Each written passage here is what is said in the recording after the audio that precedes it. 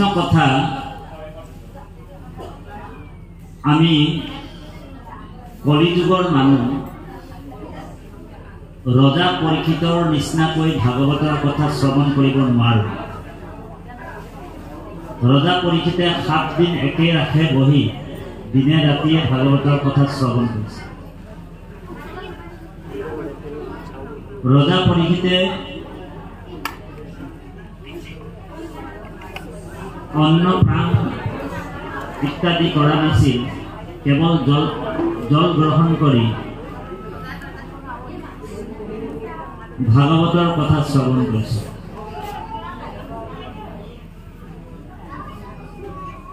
আৰু শুকগুৰু 7 দিন একেটা আসনতে বহি ৰজা পৰীক্ষিতক ভাগৱতৰ কথা শ্ৰৱণ দিয়াইছে। কৃপালু বাপাই সমস্ত কলিযুগৰ মানুহ আপুনি মই ৰজা পৰীক্ষিতৰ নিচিনা 7 দিন আমি ভাগৱত শুনিবও নোৱাৰোঁ, আৰু আমিও আপোনাসবক 7 দিন শুকগুৰুৰ নিচিনা ভাগৱতৰ কথা ক'বও নোৱাৰোঁ। কাৰণ 2 ঘণ্টা 3 ঘণ্টা বহিলে আমাৰ আঁঠু বিষ, কঁকাল বিষ, ভৰি বিষ হয়, আৰু মনটো সদায় আমাৰ চঞ্চল হয়নে প্ৰভু? গতিকে মনটো আমাৰ যেনি তেনি উৰি যায়। ৰজা পৰীক্ষিতে যেতিয়া ভাগৱতৰ কথা ক'বলৈ আগবাঢ়িছিল শুকগুৰুৱে, তেতিয়া 2টা চৰ্ত দি থৈছিল যে হে ৰজা পৰীক্ষিত, মই তোমাক ভাগৱতৰ কথা কম, কিন্তু তুমি মোৰ 2টা চৰ্ত পালন কৰিব লাগিব, তেতিয়াহে মই তোমাক ভাগৱতৰ কথা কম। তেতিয়া ৰজা পৰীক্ষিতে কৈছে, প্ৰভু আপোনাৰ মই কোন 2টা চৰ্ত পালন কৰিম কওক। তেতিয়া প্ৰথম চৰ্তটো ৰাখিছিল যে মই যিমান কম সময় তোমাক ভাগৱতৰ কথা কম, তোমাৰ মনটো কিন্তু এই স্থানৰ পৰা তুমি কেনিও নিব নোৱাৰিবা। এইটো 1 নম্বৰ চৰ্ত। এইটো 1 নম্বৰ চৰ্ত। আৰু 2 নম্বৰ চৰ্তটো দিছিলে, মই তোমাক যিমান কম সময় ভাগৱতৰ কথা কম, তুমি জলৰ বাহিৰে কিন্তু একো অন্ন ব্যৱহাৰ কৰিব নোৱাৰা, খাব নোৱাৰা। আৰু এই 2টা যদি চৰ্ত তুমি পালন কৰিব পাৰিবা, তেতিয়াহে মই তোমাক ভাগৱতৰ কথা কম। তুমি পাৰিবানে? তেতিয়া ৰজা পৰীক্ষিতে কৈছে, গুৰুজন আপোনাৰ যদি কৃপা হৈ যায়, গুৰু কৃপা যদি হৈ যায়, গুৰু যদি কৃপা হৈ যায়, তেনেহ'লে বৈকুণ্ঠ, দুৰ্লভ বৈকুণ্ঠ তেওঁ লাভ কৰিব পাৰে। গুৰুৰ কৃপা, আৰু গোটেই বস্তুবিলাক গুৰুৰ কৃপা লাগিব। গুৰু কৃপা আৰু কৃষ্ণ কৃপা যেতিয়ালৈকে আমি নাপাম, তেতিয়ালৈকে কিন্তু পৰম ভক্তি ধৰ্ম বা ভাগৱত ধৰ্ম বা ঈশ্বৰৰ তত্ত্বক আপুনি মই বুজি নাপাম। ধ্যান দি শুনিব, বৰ গুৰুত্বপূৰ্ণ কথা। ভাগৱতৰ প্ৰথম স্কন্ধতেই আৰম্ভণিতে কৈছে যে কৃষ্ণক বুজাটো বা কৃষ্ণক জনাটো, কৃষ্ণৰ কৃপা নহ'লে কৃষ্ণক জানিব পৰা নাযায়। এই ৰাম কৃষ্ণৰ কৃপাতে ব্ৰহ্মাৰ ভৈলা জ্ঞান, কৃষ্ণ কৃপা বিনে কাৰ্য সাদিবাক টান। বোলে কৃষ্ণ কৃপা নহ'লে এনেকুৱা অনুষ্ঠানো পাতিব নোৱাৰিলে। আপোনালোকৰ প্ৰতি কৃষ্ণৰ কৃপা আছে। অনুষ্ঠানটোত যদি আপোনালোক অহংকাৰ কৰি পাতিলেহেঁতেন, দেখাত দেখি, কথাটো কৈছোঁ বেয়া নাপাব, যে আনে ভাগৱতৰ অনুষ্ঠান পাতিছে আমিও পাতো, আমাৰো ধন টকা পইচা আছে, অহংকাৰ কৰি যদি পাতিলেহেঁতেন, তেনেহ'লে কৃষ্ণই কি কৰিলেহেঁতেন, ৰাতিপুৱাৰ পৰা একেবাৰে গধূলিলৈকে প্ৰত্যেক 4 দিনে দবা পিটা বৰষুণ দি থাকিলেহেঁতেন, আৰু এজনো ভকত ইয়াত উপস্থিত নাথাকিলেহেঁতেন। অ হৰি, আপোনালোকৰ প্ৰতিও কৃষ্ণ কৃপা আছে, সেইকাৰণে বৰষুণ যদিও দিছে, প্ৰতিকূল অৱস্থাত অনুকূল অৱস্থাতো আপোনাৰ ভকত আপোনালোক ভকত বৈষ্ণৱ যথেষ্ট সংখ্যক ইয়াত দৰ্শন পাইছে, পদধূলা পাইছে, গতিকে আপোনালোকৰ প্ৰতিও ঈশ্বৰ প্ৰসন্ন আছে। ভগৱন্তৰ কৃপা নহ'লে বৰ গুৰুত্বপূৰ্ণ দৰ্শন। সেইকাৰণে কৃষ্ণ কৃপা পাবলৈ হ'লে আপুনি মই কি কৰিব লাগিব? আমাৰ মতিটো আমি কৃষ্ণক লগাই ৰাখিব লাগিব। সেইকাৰণে তিনিটা বস্তু মহাপুণ্যৰ ফলত লাভ হয়। এক হৈছে মহাপুণ্যৰ ফলত সাধুৰ সং হয়। ভকতৰ সং পোৱাটো কিন্তু মহাপুণ্য লাগিব। এক আৰু সাধুৰ সংগতেহে ভকতি হয় বুলি কয়। ভকতৰ সংগতেহে ভকতি হয়। আৰু দুই হৈছে মহাপুণ্যৰ ফলত সুপুত্ৰ পায়। আচলতে পৌত্ৰ ছোৱালীজনীকো বুজায় আৰু ল'ৰাটোকো বুজায়, উভয় লিংগ। ছোৱালীজনীকো বুজায় আৰু ল'ৰাটো, যাৰ পুত্ৰ পৌত্ৰ। আচলতে আপুনি একদম পুৰণি নাম ঢুকা যদি ওলায় তাত পৌত্ৰ আছে। যাৰ পৌত্ৰ হবে হৰিত শৰণ লৈতে হৰিত শৰণ লয়া, হৰিগুণ গাৱে শুদ্ধভাৱে, দধি দুগ্ধ ঘৃত মধু নদীৰ জলক পিয়া, পিতৃগণ ত্ৰিভীতিব পাৱে। এই ছোৱালীজনী বা ল'ৰাটোক পাবলৈ হ'লেও বিষ্ণু ভকত যদি বনাব পাৰে, তেনেহ'লে সেইজনৰ কোটি পুৰুষ উদ্ধাৰ হয়। গতিকে সেইকাৰণে মহাপুণ্যৰ ফলত সুপুত্ৰ পায়। দুই বৈষ্ণৱ পুত্ৰ। আৰু তিনি মহাপুণ্যৰ ফলত সুভাৰ্যা পায়। ভাৰ্যা মানে পত্নী। এগৰাকী ভক্তি পৰায়ণী, ধৰ্ম পৰায়ণী, সুনীতি পৰায়ণী পত্নী পাবলৈ হ'লেও মহাপুণ্য লাগে। যিগৰাকী পত্নীয়ে আপোনাক ভাগৱত ভক্তিৰ ফালে আগবঢ়াই দিয়ে, ঈশ্বৰৰ ভক্তিৰ ফালে ঠেলি দিয়ে, বা ঈশ্বৰৰ ভক্তি কৰিবৰ কাৰণে আপোনাক অনুমতি দিয়ে, বা ঈশ্বৰৰ ভক্তি কৰিবলৈ আপোনাক সদায় দিনে ৰাতিয়ে আপোনাক সম্পূৰ্ণৰূপে আপোনাক জনাই থাকে যে ভকতৰ সং লোৱা, সাধুৰ সং লোৱা, ঈশ্বৰৰ কথাবিলাক আইগৰাকী কৈ থাকে।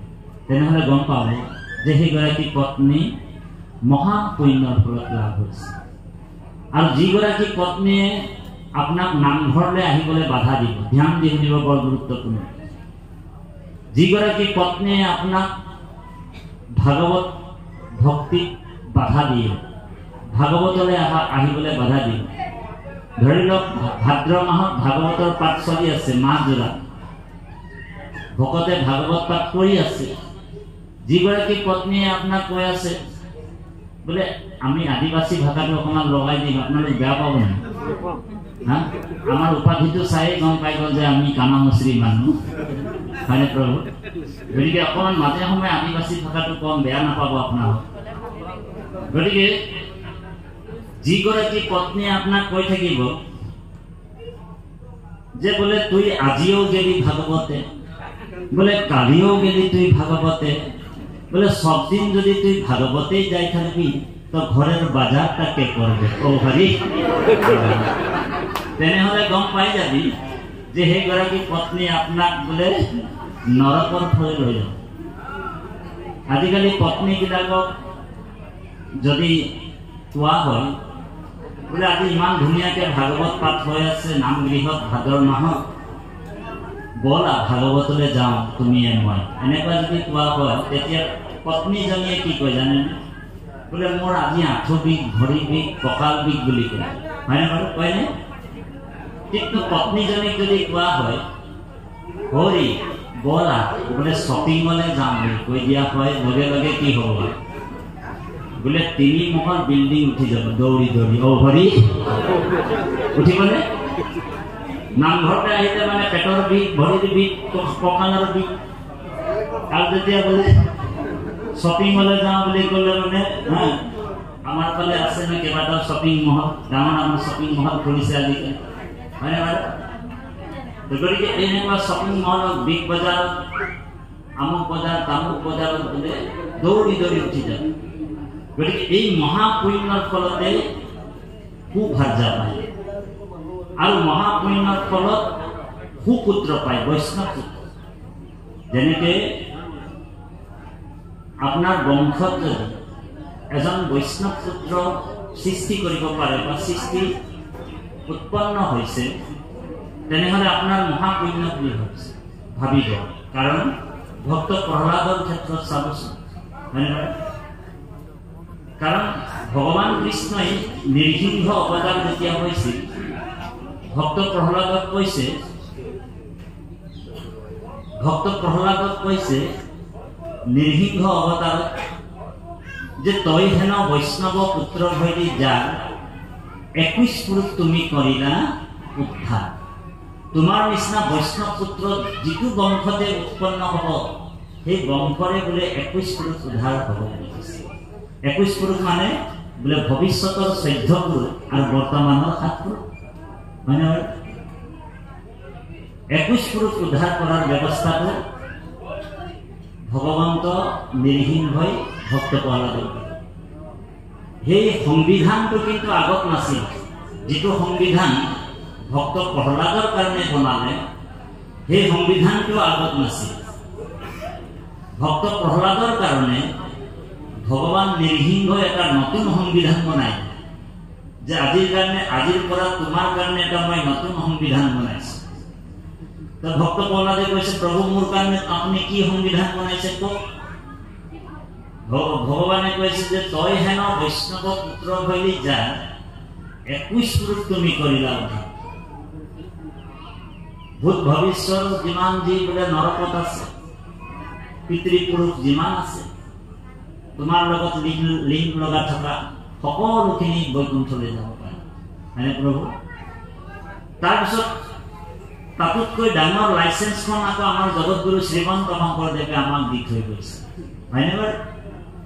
এই ৰাম যিটো নাম নেৰৈ মুখে পাইলা মুখ্য মহাসুখে, জানা কৃষ্ণ তুষ্ট ভৈলা তাৰ, গুৰু ভৈলা জগতৰ, কৰিলে কহিতুনৰ কোটি কোটি পুৰুষ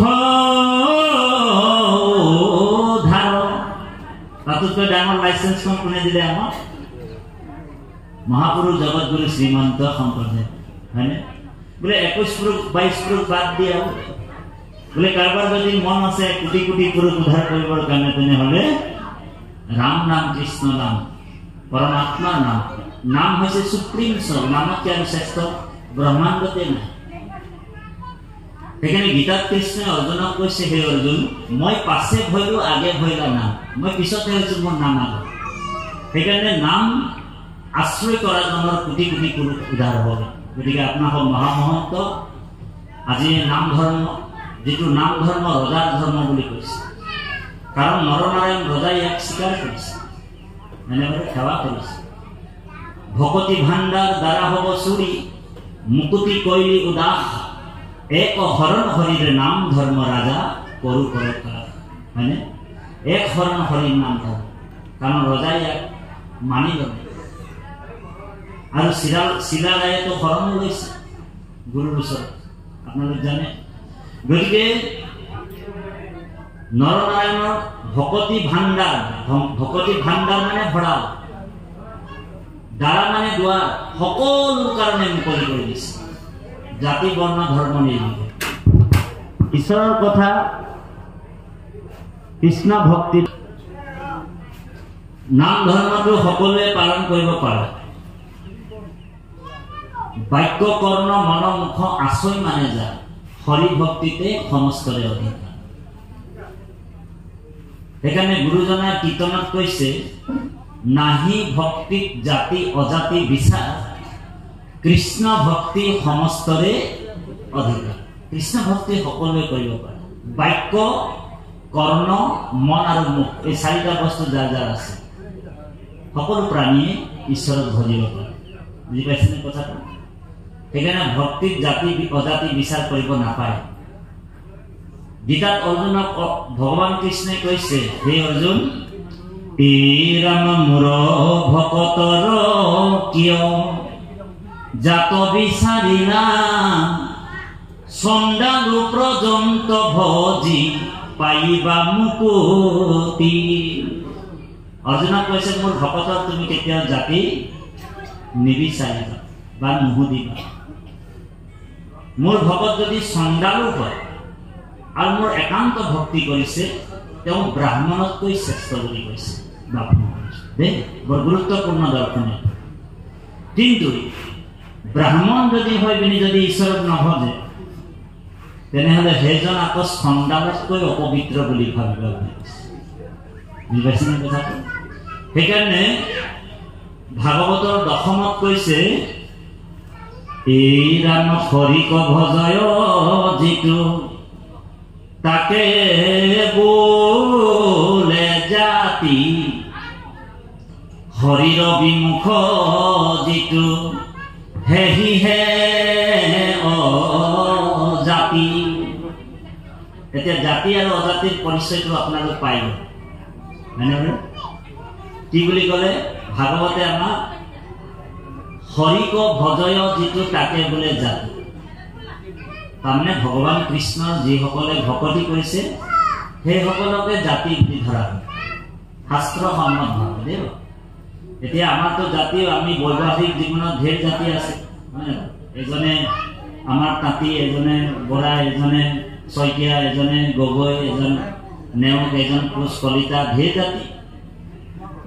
কাৰণ 4 জাতিৰ পিতাই হৈছে ভগৱান কৃষ্ণ, হয় নে? ব্ৰাহ্মণ, ক্ষত্ৰিয়, বৈশ্য, এই 4টা জাতি ভগৱন্তৰ পৰাই সৃষ্টি হোৱা, হয় নে? ভগৱন্তৰ মুখৰ পৰা ব্ৰাহ্মণৰ সৃষ্টি হৈছে, বাহুৰ পৰা ক্ষত্ৰিয়ৰ সৃষ্টি হৈছে, উৰুৰ পৰা বৈশ্যৰ সৃষ্টি হৈছে, পদকমলৰ পৰা চৰণৰ পৰা ক্ষুদ্ৰৰ সৃষ্টি হৈছে। সেইকাৰণে 4 জাতিৰ পিতা কোন? ভগৱান কৃষ্ণ। আৰু কৃষ্ণক যিসকলে ভজিছে সেইজনেহে জাতিত পৰে। বুজি পাইছেনে কথাটো? বৰ গুৰুত্বপূৰ্ণ দৰ্শন। সেইকাৰণে দশমত কৈছে হে ৰাম কৃষ্ণক ভজয় যিটো তাকে বোলে জাতি, কৃষ্ণৰ বিমুখ যিটো হেহিহে অজাতি। যিজন ভগৱানৰ ভক্তি কৰা নাই তাক অজাতি বুলি কৈছে। আৰু জেনেৰেল ভাষাত তাক বৈজাতি বুলি ক'লেও ভুল নহয়। হৰি সাধাৰণ ভাষাত তাক যদি বৈজাতি বুলিও কৈ দিয়া হয় তেনেহ'লে ভুল নহয়। এতিয়া আপুনি মই সকলোৱে এতিয়া জাতিত পৰিছোঁ, এতিয়াই জাতিত পৰিছোঁ। গতিকে উচ্চ পন্থেৰে সেই পৰম গুৰু জগতগুৰু শ্ৰীমন্ত শংকৰদেৱৰ সম্বৰ্ধনা এটা জনাব লাগিব। কাৰণ গুৰু কৃপাতে আপুনি মই জাতিত আছোঁ এতিয়া, হয় নে? বাহিৰে ভিতৰে উচ্চ পন্থেৰে 3 বাৰ গুৰুৰ নাম ল'ব। ভগৱানৰ নাম ল'বলৈ, কৃষ্ণ নাম বা ঈশ্বৰৰ নাম ল'বলৈ কেতিয়াও লাজ আৰু ভয় কৰিব নাপায়। উচ্চ পন্থেৰে বাহিৰে ভিতৰে গুৰুক সম্বৰ্ধনা জনাম। হৰিৰূপী ব্ৰহ্মাণ্ডটো লৰি যোৱাকৈ গুৰুৰ নাম ল'ব লাগে। এতিয়া ভাগৱতত যে লিখিছে ডাকি বোলা ৰাম ৰাম, কিয় লিখিছে? ইয়াৰ তত্ত্বটো জানেনে? আপোনালোক পাইছেনে বোলে ডাকি বোলা ৰাম? গুৰুজনাই লিখিব পাৰিলেহেঁতেন মনে মনে বোলা ৰাম ৰাম, হয়নে? ভাগৱতত লিখিব পাৰিলেহেঁতেন, কিন্তু ডাকি বোলা ৰাম ৰাম কিয় লিখিছে? তাৰমানে ৰাম নাম, কৃষ্ণ নাম যদি আপুনি মই ডাকি লওঁ আমাৰ আত্মাটো সাৰ পায়। বুজি পাইছেনে কথাটো? কাৰণ ব্ৰহ্মাকে আদি কৰি যিমান জীৱবিলাক আপুনি মই, যিমান দেৱ দেৱী আছে চব মায়াৰ সজ্জাত ঘুমতি যায় বুলি কৈছে। সকলোৱে গাব, প্ৰাৰ্থনাটো আমি গাই আছো। হে ব্ৰহ্মাই আদি কৰি জীৱ ও ৰাম ৰাম ৰাম ৰাম ৰাম, হে মায়া হৈ যা মাজে ঘুমতি, হে ৰাম তুমি হে চৈতন্য সনাতন, ৰাম ৰাম ৰাম ৰাম ৰাম, হৈ আমি অচেতন নিয়োগ নাথ ৰাম, আমি অচেতন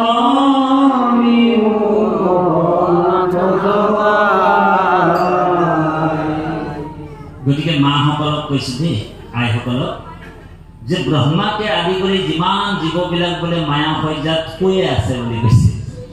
তেনেহ'লে যদি সবে যদি শুয়ে আছে, আমাক জগাব কোনবাৰ? আমাক জগোৱাজন কোন? হয়নে প্ৰভু? আমাক জগোৱাজন হৈছে তুমিহে চৈতন্য সনাতন ৰাম ৰাম ৰাম। আমি অচেতন প্ৰভু নীলকণ্ঠ জগাই, আমাক সেইজনে জগাই আছে যিজন পৰম সত্তা, যিজন পৰম তত্ত্ব, যি সকলোৰ হৃদয়ত আছে। সকলোৰ হৃদয়ত বাস কৰাৰ কাৰণে ভগৱন্তৰ আন এটা নাম বাসুদেৱ। বুজি পাইছেনে কথাটো? গতিকে সেই প্ৰভু সমস্ত এতিয়া আমাৰ হৰিৰাম ৰেৱতীৰ বিবাহ এখন আছে, বিয়াটো খাই যাব লাগিব। বতৰ বিয়া বতৰে হৈছে এইটো বহাগ মাহ। গতিকে বিয়াখনৰ কাৰণে ব্ৰহ্মাই সত্য যুগৰ আনৰ্ত দেশৰ এজন ৰজা আছিল, নাম আছিল ৰৈবত। তেওঁৰ এগৰাকী দুহিতা আছিল ছোৱালী, তাইৰ নাম আছিলে ৰেৱতী। সত্য যুগৰ